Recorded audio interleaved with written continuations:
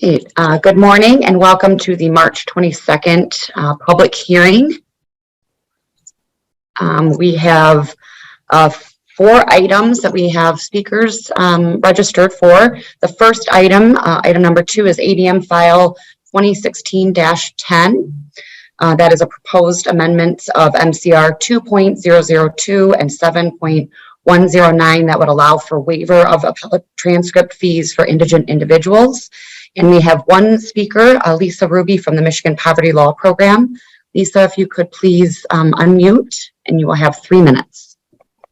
Yes, thank you, and good morning, Your Honors, and thank you for giving me the opportunity to offer my comments this morning on the proposed amendment to Michigan Court Rule 7.109. Let me just give you a little background about me and who I work for. As you mentioned, I'm Lisa Ruby. I work for the Michigan Poverty Law Program. The Michigan Poverty Law Program provides state support to low-income individuals in Michigan. Primarily, my job is to work with legal aid attorneys throughout the state. I've been doing this for about 30 years, back to 1992. As the public benefits attorney, my area of specialty is kind of what it sounds like. I try to develop expertise and offer advice, assistance, co-counsel, and direct representation to individuals who are experiencing whatever kind of challenge to accessing and keeping public benefits, typically through the Department of Health and Human Services, so programs like food assistance and Medicaid. So due to this long history of dealing with these issues and working with the state, I am well aware that prior to 2012, the appeal process to appeal from a fair hearing to a circuit court, which is an appeal of right, petitioners, as we were called back then, now appellants, we did not have the responsibility of procuring and filing the transcript. That fell on the assistant attorneys general who worked for DHS. We would file the appeal, they would file the transcript, and then we would have a time period to file our briefs. That changed in 2012 with the revision of the court rules, which then shifted this financial burden to appellants, which, because it's a claim of right, it is a real obstacle to us accessing the circuit court, because petitioners on their own or appellants, they now face both a procedural obstacle, like where do they get a transcript, and then in addition, how do they pay for it? So the burden on them to pay for it, or the burden on legal aid offices to pay for the transcript in order to access that appeal of right to circuit court, causes individuals or attorneys to not take these cases and to file these appeals because they become unaffordable. We would love to see this amendment to the court rule to make it clear that the burden of obtaining the transcript and paying for the transcript will return back to the state and to state agencies, so again that we can have this equal opportunity and access to justice that was provided to us before, and would seem to go with the appeal of right to get to the circuit court and not have an impediment stand in our way, excuse me, to doing that. Thank you. Thank you. Any questions? All right, I appreciate your comments today. Thank you. Our next item, number 4, is ADM file 2021-40. Proposed amendment of BLE Rule 5 that would define the term full-time and instructor to clarify that clinical instructors may be admitted to the bar without examination. And we have one speaker registered, Karen Marajan. Karen, are you here? If you are, could you please? Yes, I'm here. Okay, great. Yes, I'm here. 3 minutes. Okay. I'm objecting to this amendment because it's given the appearance of giving a free pass to the bar admission without exam for instructors and clinicians. My reasons why are this is not fair to bar applicants who are jammed up in the character and fitness process while waiting to take or retake the bar exam. BLE and character fitness committees need to extend the same level of courtesy, respect, compassion, and understanding that judges offer to defendants before them. The character and fitness panel members instead behave like toxic, abusive, and punitive parents who berate, chastise, humiliate, and shame applicants over their past they can do nothing about. These panel members have no blemishes, and they do not want to understand the abuse, trauma, and insurmountable obstacles applicants had to overcome to turn their lives around. There is no one present here today that hasn't later regretted something they said or did in their lives. You cannot change the past. It does not define who you are today, nor should it. There are 3 convicted murderers licensed to practice law in Michigan. I find it odd that none of good moral character nor fit to practice law didn't apply to them, but it is for applicants who have far less minor issues and have no criminal records. The LE and the State Bar must do better in screening character and fitness panel members. There's currently an unethical attorney who joined that committee through false pretenses. That attorney's sole motivation was to interfere with an applicant's license to practice law. With all this egregious conduct, it is these attorneys who truly do harm to the public and tarnish the once noble public view of attorneys. Partially condemning applicants over their past and denying them bar admission is outrageous, and it's unacceptable when the Board of Law Examiners is willing to give free passes to the bar admission without exam for instructors and clinicians. Thank you. Thank you very much. Any questions? Our next item, item number 6, ADM file number 2021-50, proposed edition of MCR 2.421 that would address notice of a bankruptcy proceeding that affects a state court action. We have 4 speakers. First is David Findling. David, if you could unmute yourself. I think I have. Can I be heard? Am I heard? Yep. Good morning. Thank you for the smile. Thank you for the opportunity to appear before the court. My principal area of practice is working as a receiver. I actually was with some of the other people who are intending to speak on the receivership committee that drafted MCR 2.622, which is the rule that governs receiverships. Sometimes when I meet with a client, they have specifics as to what they want to have done, prepare a deed or take some other action. And I try to focus on what is it we're trying to accomplish rather than what is the solution that they're trying to employ. And in my opinion, the present iteration of 2.421 as it's been presented to the court doesn't really solve the problem that we're trying to address.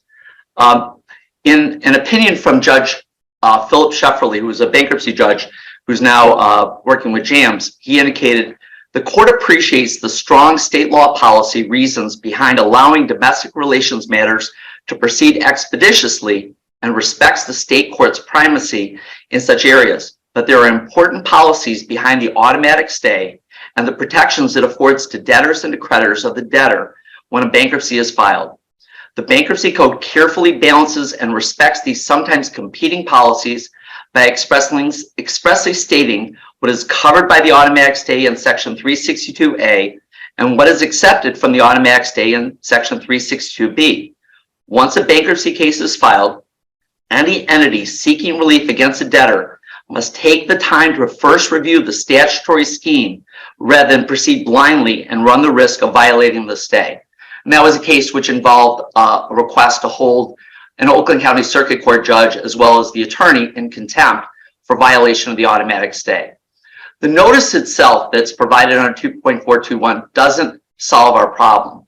And the real problem, in my opinion, is what do we do with the notice? In my career, I've had to represent the Wayne County Circuit Court, front of the court division. I've represented judges who have been sought to be held in contempt by the bankruptcy court. And the solution, in my opinion, is twofold. Notice is obviously very important, but the problem relates to what do you do with that notice and how does it apply? Does it apply only to one of the litigants? Does it apply to all litigants? Is property that is being discussed in the action property of the bankruptcy estate? The present definition of what is included in the rule is pending state court actions, but under 1.103, I believe, an action is defined as an action that has been commenced, but it doesn't address arbitration. It doesn't address bar disciplinary proceedings. It doesn't address administrative matters that the court will still govern. So I have a recommendation. In anticipation of this hearing, I spoke with the chief judge of the bankruptcy court yesterday, Judge Daniel Opperman. I spoke with bankruptcy judge Lisa Grechko. I spoke with Peter Cunningham, who's the head of the state bar, and others about some solutions. So one is, first, that I think that further revisions are required of 2.421. I don't believe that it should be cast aside. I don't think it should be denied, but I think that would be helpful for professionals who are presently speaking, as well as Judge Gretschko, for example, recommended Maria Oxholm, Judge Oxholm, because she used to be on the Wayne County Circuit Court bench. I think Mr. Findling, I'm sorry, your 3 minutes is up. If you have further recommendations, you can always send those to our administrative counsel. If I could just sum up with one last thing, I'd like to create a hotline with the work of the State Bar to allow bench and bar to have an opportunity to discuss with learned bankruptcy professionals, as well as an opportunity to further revise the rule. Thank you. Thank you very much. Next is Paul Haig. Good morning.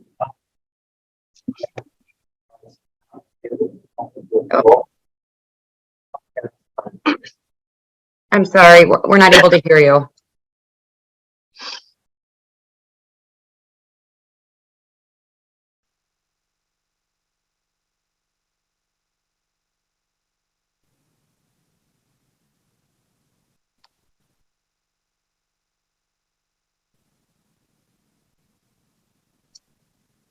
Why don't we move to the next speaker and we can come back to you.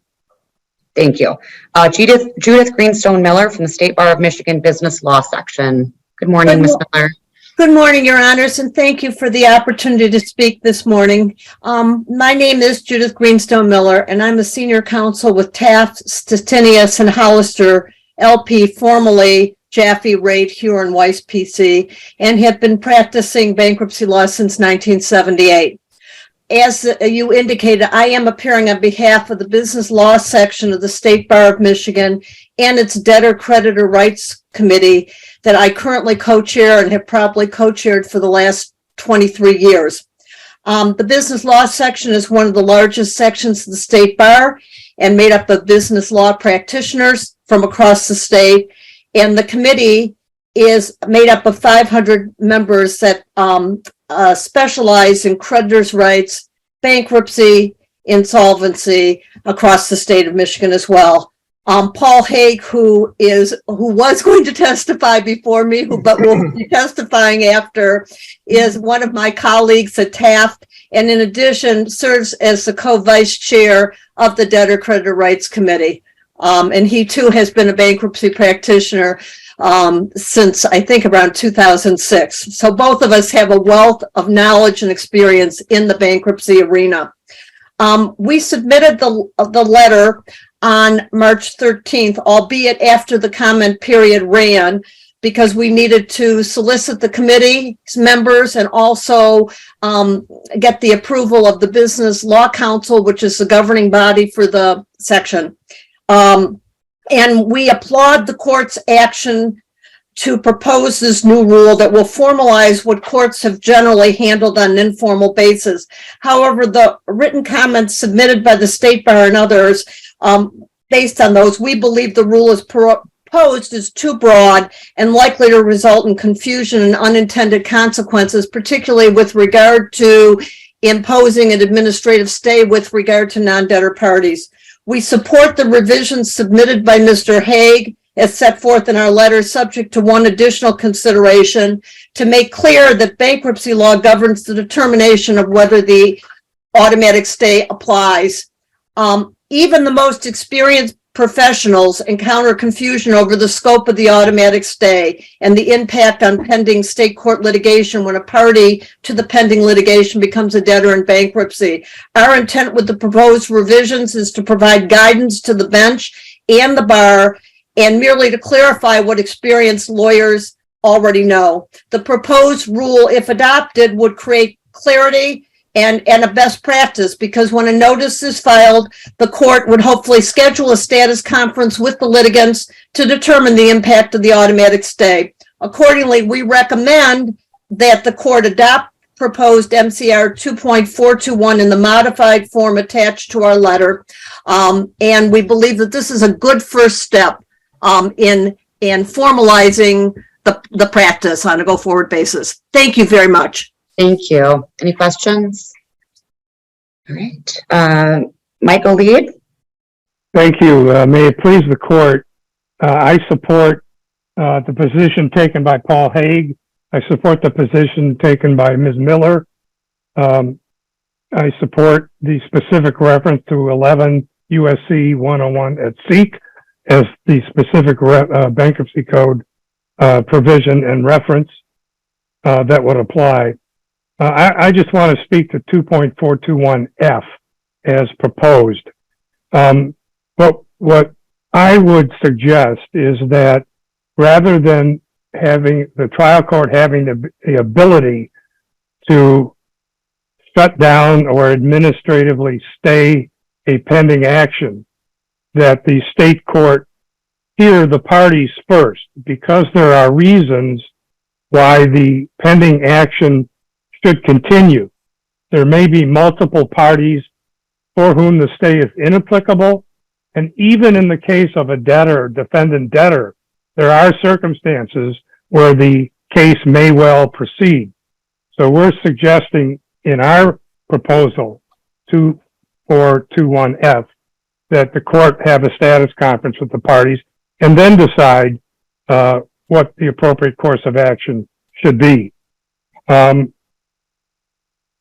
believe that the proposed rule as revised is a good balance between providing notice to the parties and to the court and allowing the parties to make a balanced, reasoned decision as to what should happen next. I think that with respect to Mr. Findling's comments, there may well be other considerations down the road, but I would suggest we not let the perfect be the enemy of the good.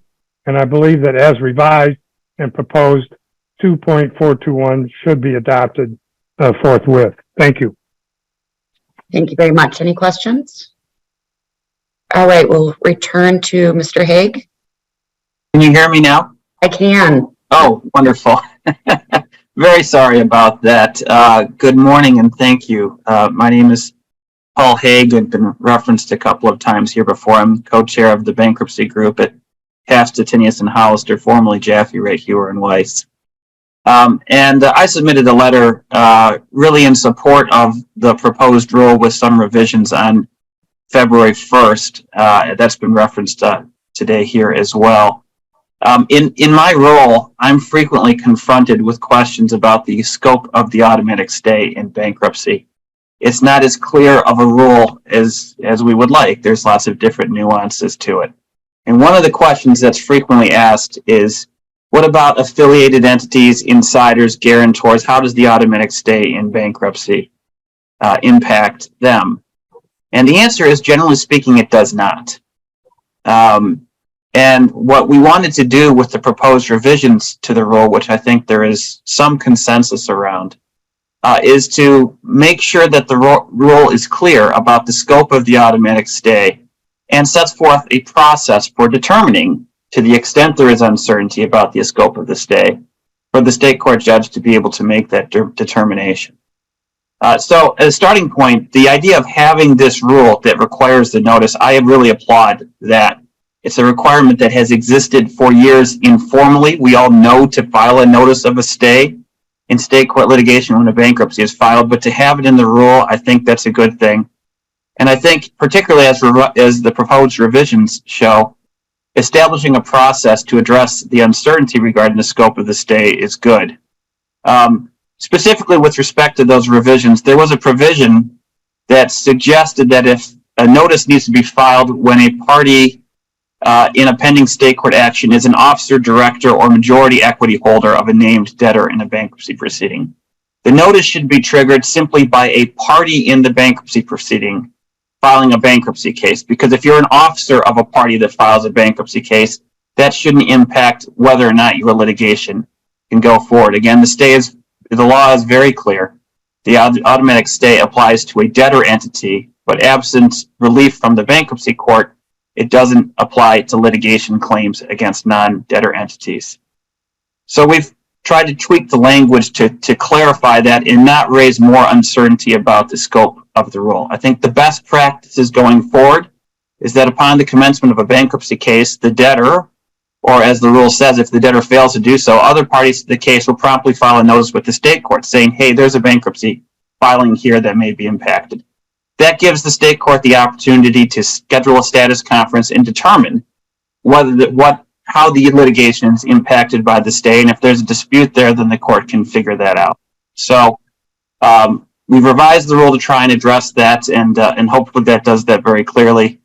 And of course, to the extent the court has any questions, we'd be happy to answer them. Thank you. Any questions for Mr. Haig? Okay, thank you. Moving to our last item for today, item 9 is ADM file number 2022-34. Several proposed amendments that would ensure that juveniles are fully and appropriately advised of their appellate rights, and that would extend the time frame for requesting appointment of appellate counsel to 21 days to align with the time frame for filing a claim of appeal in juvenile cases. We have one speaker, Joshua Pease from the State Appellate Defender Office. Good morning, Mr. Pease. Good morning, Your Honor. Thank you. As you stated, I'm here with the State Appellate Defender Office, where I serve as the Youth Defense Project Director. The Youth Defense Project is a grant-funded program geared toward improving the quality of defense for youth and juvenile delinquency cases. We believe that these proposed court rules are an important step in improving the quality of defense for youth and improving the due process that youth receive in delinquency cases. Currently, there is no mandate that youth receive notice or advisement of their appellate rights, despite a number of orders for which there is a claim of appeal in delinquencies. This is despite similar advisements being required in criminal cases and being required in child welfare cases, the two types of cases most similar to delinquencies. We also believe that these recommendations are in line with the recommendations of the Governor's Task Force on Juvenile Justice Reform. Despite nearly 5,000 delinquency cases reaching the dispositional phase every year, and despite hundreds of youth being ordered into detention or residential facilities every year, the number of appeals in delinquency cases appears to have been in the single digits in recent years.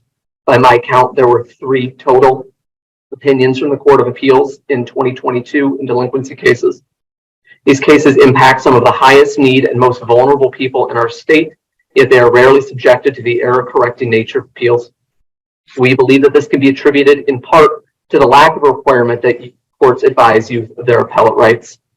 With these proposed rules, youth will be better apprised of their right to appeal and have greater opportunity to seek appellate review. As such, we fully support the ADM. We also support the proposal that was in some of the comments regarding an additional section of MCR 3.993F regarding the restoration of appellate rights. A nearly identical provision already exists for criminal defendants in 6.428, expanding restoration of appellate rights of juvenile delinquencies, and by extension also child welfare proceedings, is directly in line with the goal of advising youth of their appellate rights. We believe that youth in the justice system will benefit from all of these proposed court rules, and therefore urge the court to adopt both the ADM and the additional proposed rule. Thank you. Thank you very much. Any questions? Okay, we appreciate everyone's time. That concludes our public hearing for today. Thank you.